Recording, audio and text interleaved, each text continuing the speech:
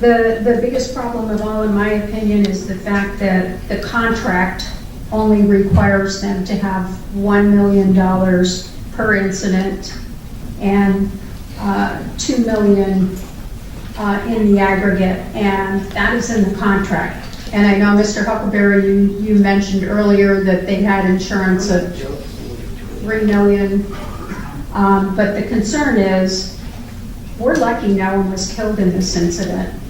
We're lucky that there wasn't an airplane in the vicinity, all kinds of things that could have happened.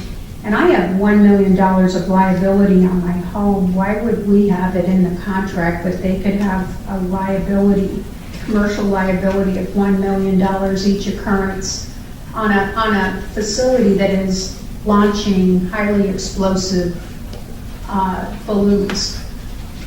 Mr. Chairman and Supervisor Miller, what you see there is typically their standard language in our leasing documents, and so those are all minimums. And then as determined by the risk manager, then they are required to have very specific levels in these areas. I think that we've communicated previously that their general liability insurance is $5 million per occurrence. And they have basically $3 million of personal injury, and this is general liability being per occurrence. The workman's compensation, which is pretty typical, is $1 million, and they're fully insured for the value of the building and the spaceport. Mm-hmm. Yeah, it was a liability because the contract only says $1 million per occurrence.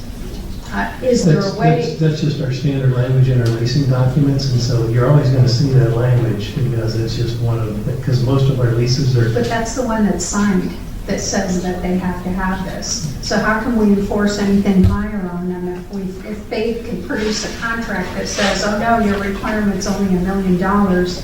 Do we have something signed by them that requires them to have more? I don't even think $5 million is enough.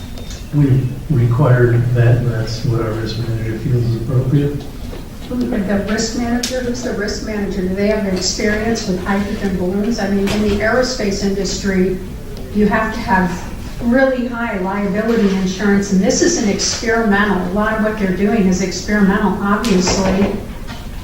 For this accident to have occurred, we don't have a lot of experience. The levels of insurance were basically reviewed by the risk manager who consulted with aviation risk manager and loss experts.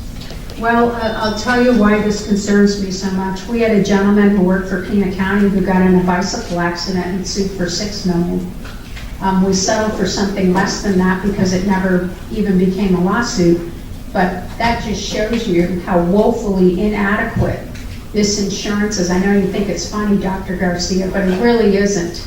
It's a serious issue for the taxpayers of this community who will end up having to pay for it because we're not requiring adequate insurance. And this $5 million is not adequate in any shape or form.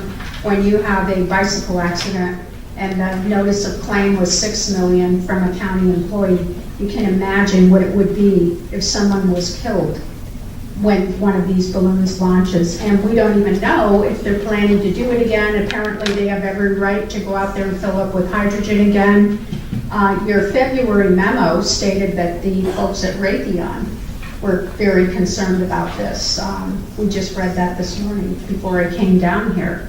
I don't know how the rest of the board feels, and I'd like to hear how the rest of the board feels about the insurance aspect of this. I know this contract has been signed, but the insurance aspect, we could certainly, at least according to Mr. Huckelberry, we could certainly impose a higher level of liability insurance.